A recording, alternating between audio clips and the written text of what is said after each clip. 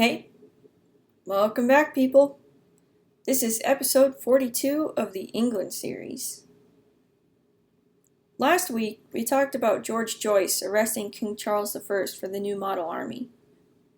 And, well, let's just say Thomas Fairfax was not at all pleased when the news of Charles' third capture arrived. As the head general of the new model army, he had been in the midst of trying to arrange a settlement of the issues between that body and Parliament. He had drawn up a document called a Solemn Engagement, which listed the army's grievances against Parliament and demanded that they be fixed. The document had been approved by vote amongst all the officers, and all was in readiness to ship it off to London. Fairfax was no brawler, and it was his hope that the matter could be settled peacefully. But now that Joyce had captured the king, tensions were bound to be fired all the more. Fairfax lashed out angrily at Joyce, but Cromwell and Ireton stuck up for the cornet and tried to show the general how the move could actually potentially be a benefit to them. Whatever Fairfax felt about it, the deed was done, and he couldn't undo it.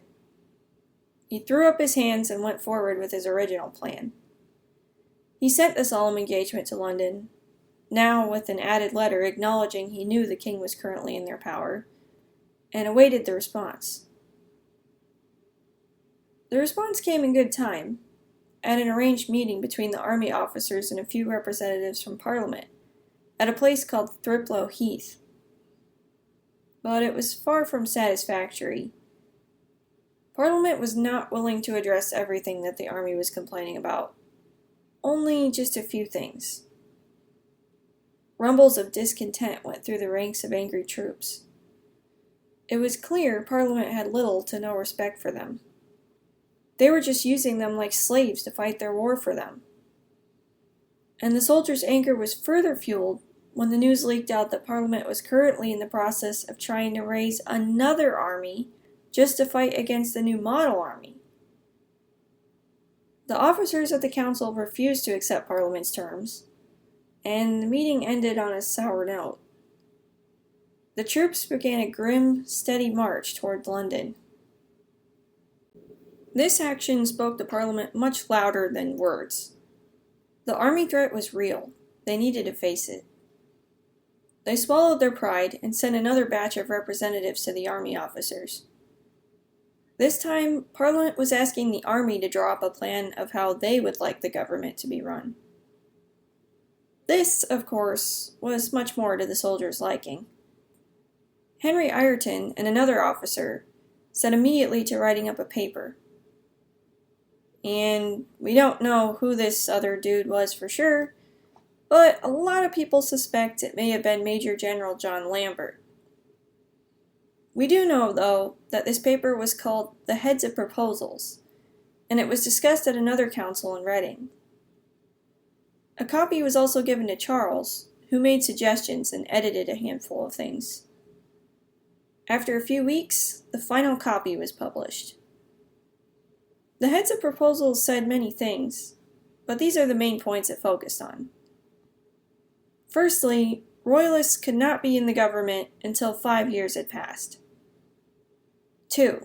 The Book of Common Prayer did not have to be read in church, and no one could be fined for not coming to church.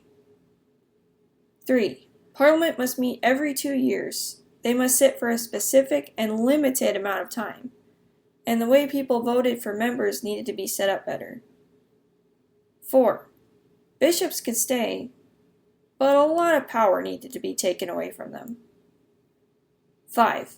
Parliament could control the appointing of army officers for only 10 more years.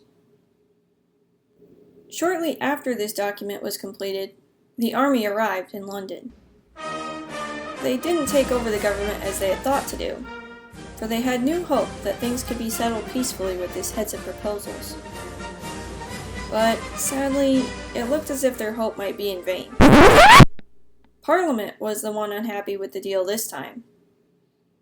They went around the army's back and proposed a plan of their own to King Charles. It was similar to the Heads of Proposals, but it said a few different things.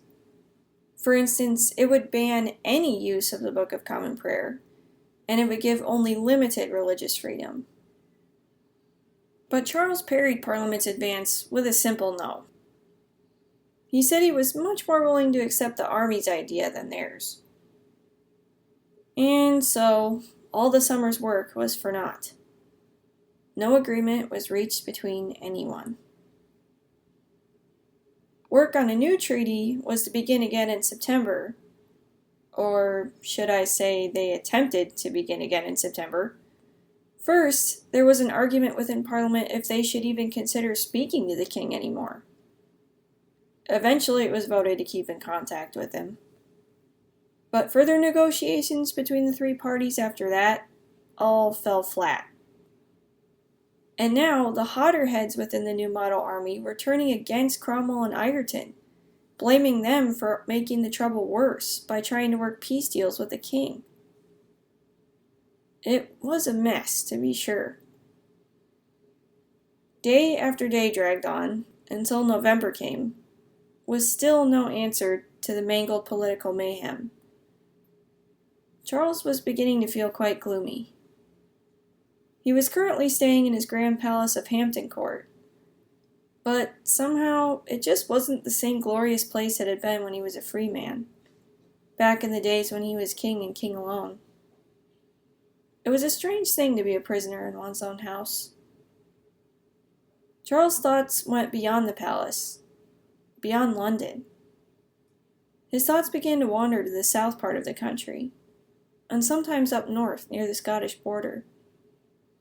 Other times his thoughts even went beyond Britain, soaring across the clear waters of the English Channel to France. He was growing restless.